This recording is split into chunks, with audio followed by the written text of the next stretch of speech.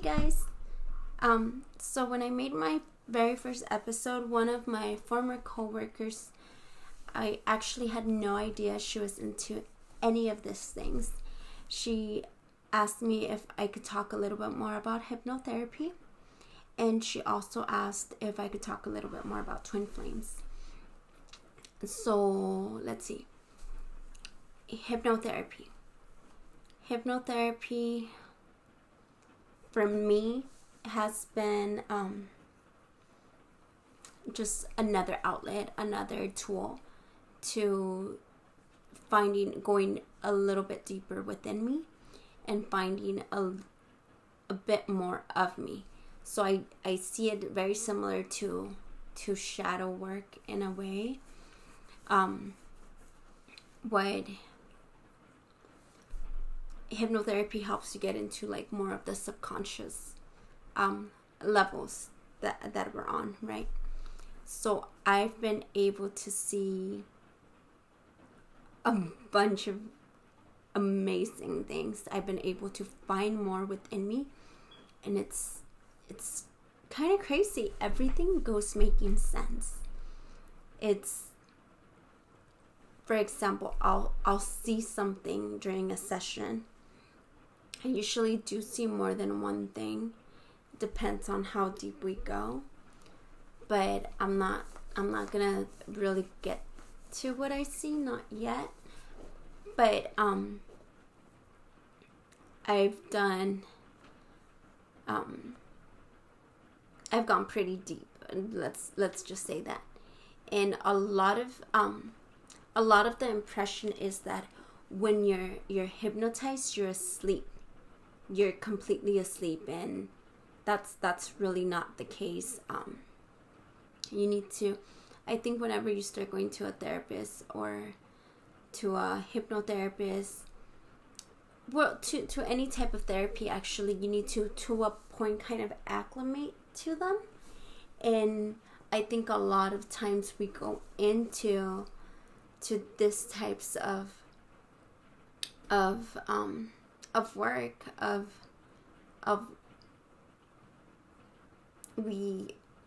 routes. Let's say it's a different route to get to know ourselves a little bit more, and we go into it with an expectation. And I think that's one of the biggest mistakes we do is you go a lot of times, let's say with hypnotherapy, for example, you go in there with the expectation of, I'm gonna fall asleep.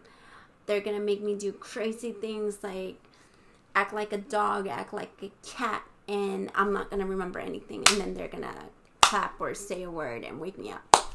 But that's really not what it is. It's you're awake. You're awake the whole time. There is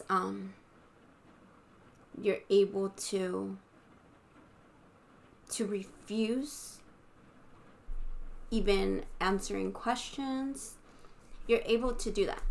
So the main thing is kind of just letting go of your expectations and just going within.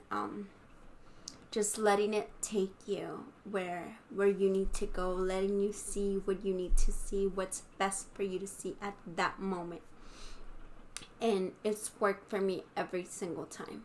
So giving yourself permission, I think that's the word. Giving yourself permission to go on and to let yourself feel the emotions. You might feel different emotions. Just let go of expectation. And it might be one of the hardest things to do, especially because we're so used to always going into everything with the logic, with the ego.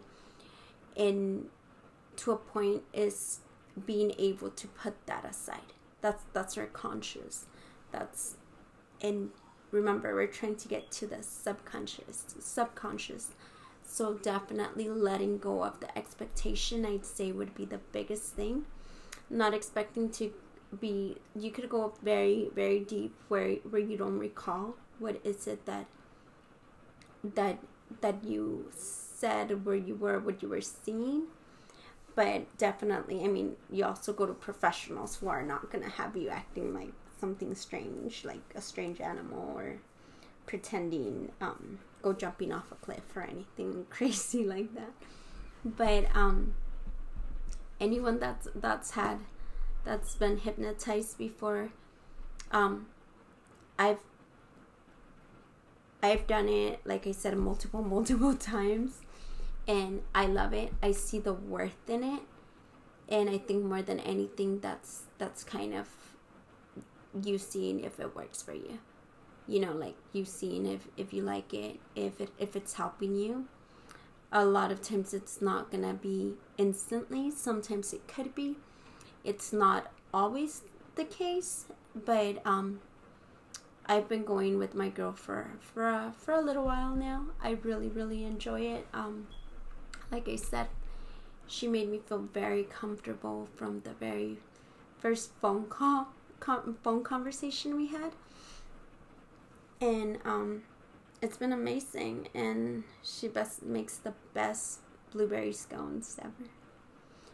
So yeah, so that's my little bit, what I think you guys are, what I think she was asking about hypnotherapy. If you guys have any more questions, I mean, I could always answer them. I could always talk a little bit more about what I've seen in my sessions, but I'm not 100% sure about that yet. If I would like to share it, there's a certain amount of people that I share that with. I think anything that comes to my emotions now, I'm learning to safeguard them a little bit more instead of just putting them out there to a degree, because obviously I still do. If not, I wouldn't be doing a YouTube video, right? But that's that with in regards to hypnotherapy.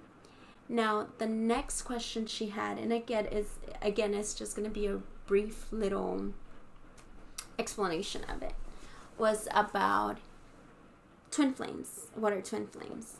And basically what a twin flame is, and the easiest way to think about it's definitely by picturing a flame, and it's one flame and it's split into two of the same flame. This flame is the soul, so it's split into two. It does not mean they're identical, but you could see it as a mirror reflection, like looking in a mirror. A lot of times, what your twin flame does, they show you parts of you that maybe you think you've worked through them and you've gotten over them, or you've surpassed the emotional attachment that you feel with it. But no, a twin flame will bring all that out of you. Usually it's something very unexpected. It's not something that you're necessarily go out there looking for.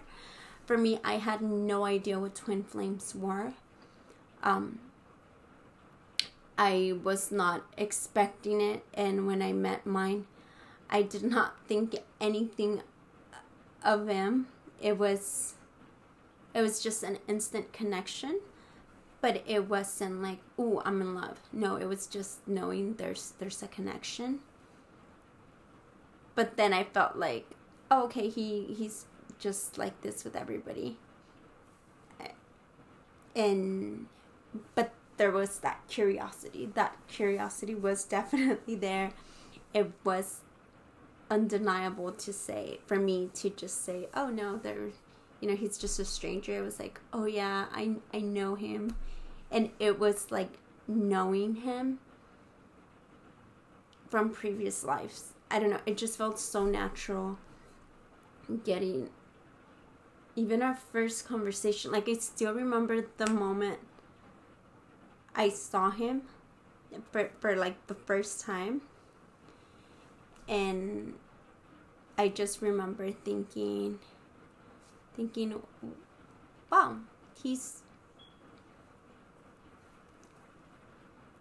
I don't know, I can't put a word to it. He's different, he's cool, he's nice, he's He's easy to talk to. He just felt familiar, if that makes any sense. He just felt familiar to me based on my experience. He just felt very, very familiar to me. Like, I could instantly talk to him about anything, which I kind of did. And yeah, it was just different. And with I know I've talked about it in the first video, not that there's so many, but in the very first video I made, I talked about how I had a catalyst, and I was already meditating, and then my catalyst came along, and I started to kind of go within again, but not so deeply. Well, after my twin flame, then there was that attraction period during the brief time, because it was very brief time that we were together. It was like a honeymoon stage. Then after that, I started feeling different insecurities that I didn't feel before, and I started realizing that I had to work through issues that that my catalyst and previous relationships, just different issues that I had, and I had to get to the core of where these issues were coming from. He brought a lot of that out, and I think I probably brought a lot out of him too after that that initial honeymoon phase, and it was too much. I think with twin flames, that's how it happens. You see so much of you in them, and there's sometimes things you don't like, and once you stop and realize it's things that maybe they're just reflecting you.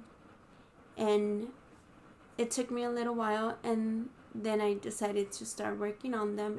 It was just finding out about the twin flame. It just kind of happened. Like, I didn't go searching.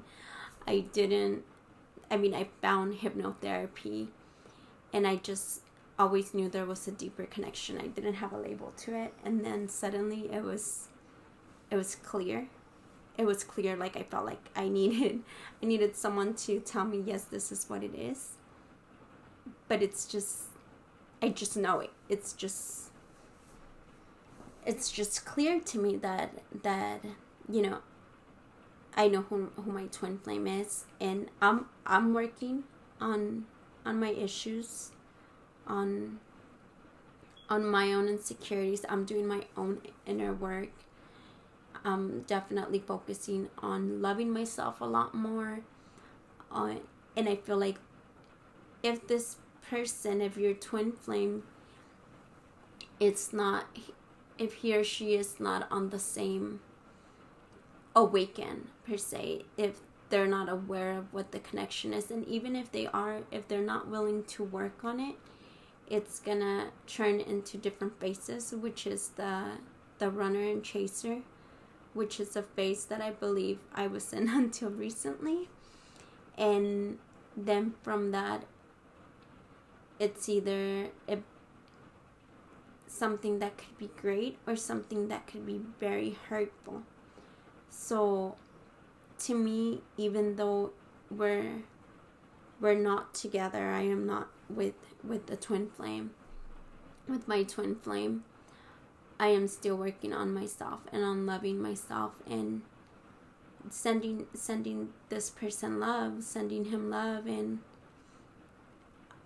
like I said, I believe he's not awakened. It's not a conversation we've had, but based on that, I know that I need to do the inner work for myself. And it's kind of like me focusing on myself, me elevating my consciousness. Me, every time I'm working on myself, it's kind of like climbing. And the way I saw it, it's like climbing like a vine of like a grapevine, you could say. So you're climbing up, one on each side, and you kind of help them, because as you climb up, let's say this is a pile, like a huge pile of, let's say it's vines, and you're both climbing. You help them the more you climb, because they could still hear you and follow you, even though they might not see you, because you're both on opposite ends of this. As you're climbing and calling for them and trying to, they could hear you, they could hear your call, and they kind of climb too.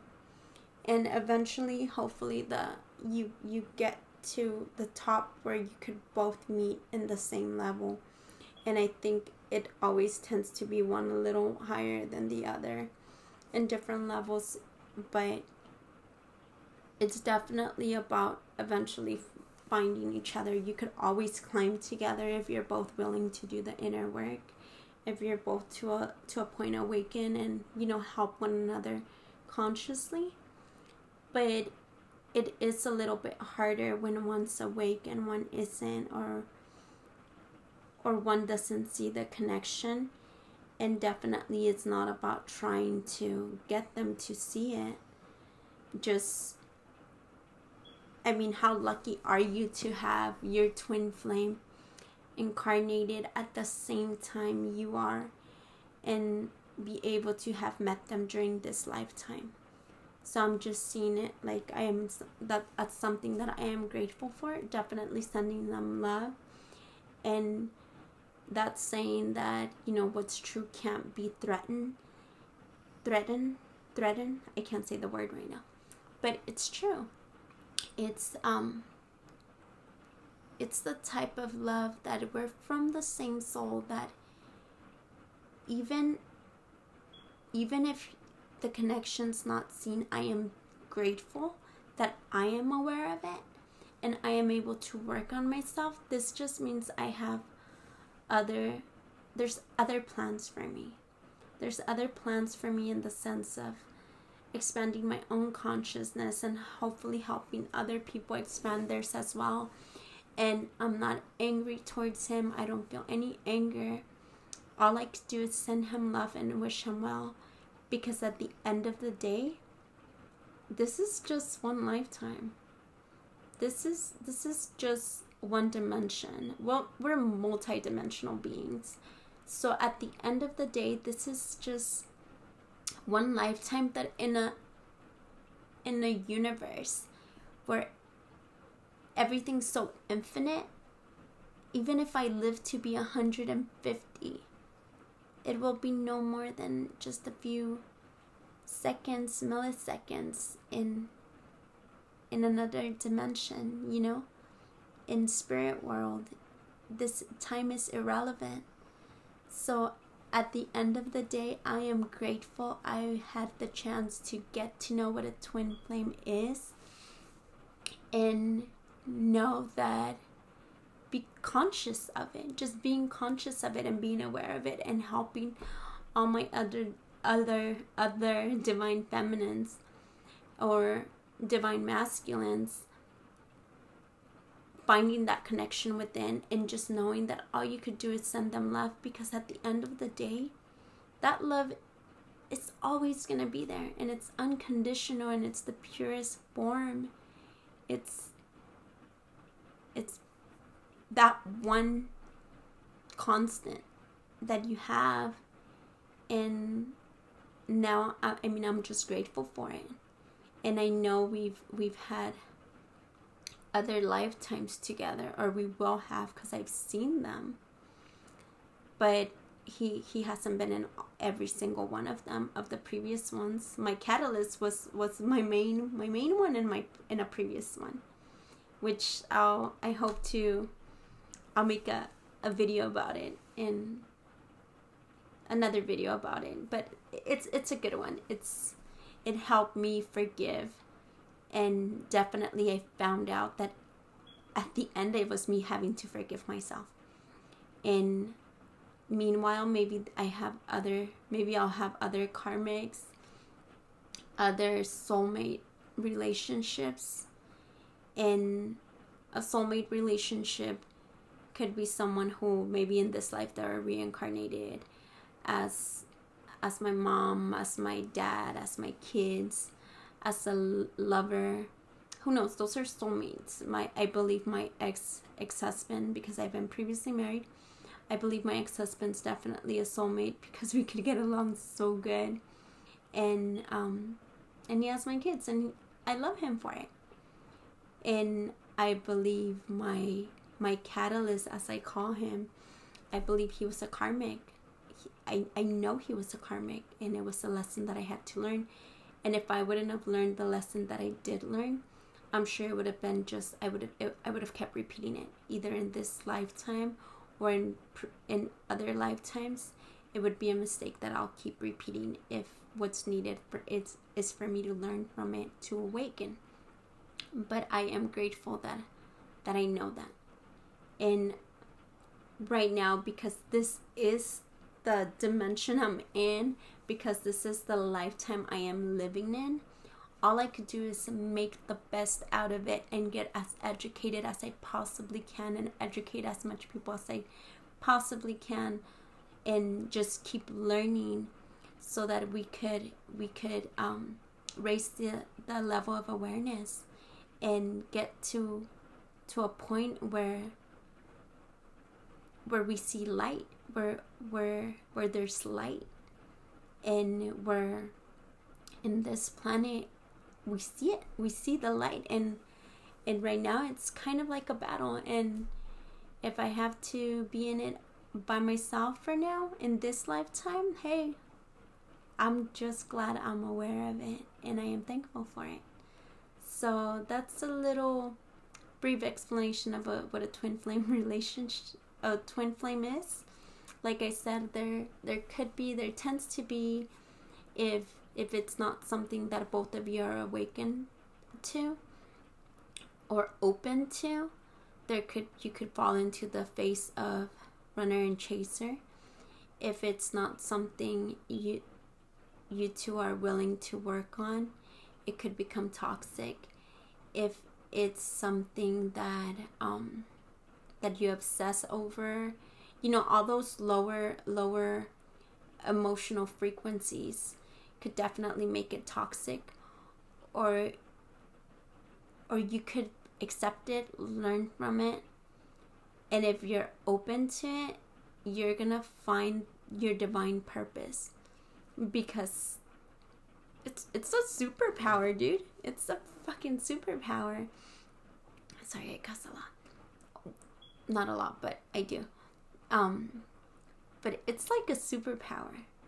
And if you could see it like that, that even if you're the only person that's awake and aware of it, all you could do is send them love and hope they learn from their karmics, learn from their karmic lessons, learn what they need to learn, and just send them love. And if it doesn't happen in this lifetime, maybe you're just closer for it to happening on the next one. Or maybe this is just the lifetime where you learn something else. But I do definitely believe that twin flames do come back together. And not everybody's a twin flame, but not everybody will meet their twin flame in the lifetime we're in right now. And that's okay too, because all that means is there's other lessons you need to learn right now. So I think the main thing is not to go out and look for a twin flame, not to go out and try to find someone to attach that label to, but love yourself, work on yourself, and it's something that I believe it will just manifest. I know it just manifested for me. And like I said, I'm very lucky there's not that big age gap.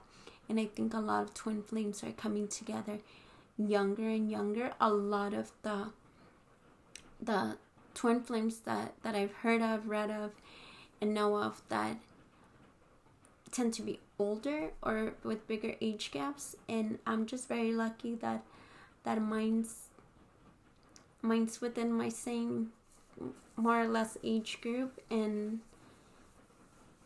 I know we have a purpose. And if it happens, it happens. If we do it together, we do it together. But if not, I'm gonna do the work, and I'm gonna do my part. and whether I have a soulmate by my side during that time, it's something that I am going to be open to. And it's not because I'm giving up on my twin flame journey. I'm still with it. I'm still with it in the sense of working on myself. But I'm trying to be open for new soulmate relationships, and maybe there'll just be other karmics that I need to learn from, and that's not really something I'm very open to, obviously. But the way to, I believe, go about it right now, and to hopefully, yeah, find my twin flame, like find each other again, would be to just work on myself. That's all I could do. But I need to make sure I'm okay if he doesn't work on it, and if he never awakens. I truly believe he will, but it's not something that I want to put all my hope on, because at the end of the day, I have a job here, and I have things that need to get done, whether he's on board or not, because at the end is for the collective, and the twin flame collective, the divine feminine, the divine masculine. So maybe the divine feminines and the divine masculines in separation, maybe we have other tasks, and it's about finding that. And meanwhile, the best thing to do is love ourselves, go within, and just try to, a lot of us have baggage, so it's just opening them up and going through them and figuring out what baggage you have and what serves you, what doesn't, what you need to learn from, and just kind of sorting all that out. So that's it for twin flames, guys. Again, it is something that I kind of came across also during my hypnotherapy sessions. So like I said again in the first video, it's something that everything kind of ties up together, and hopefully you guys go seeing it. I could very much see it. Hopefully you guys go seeing it too.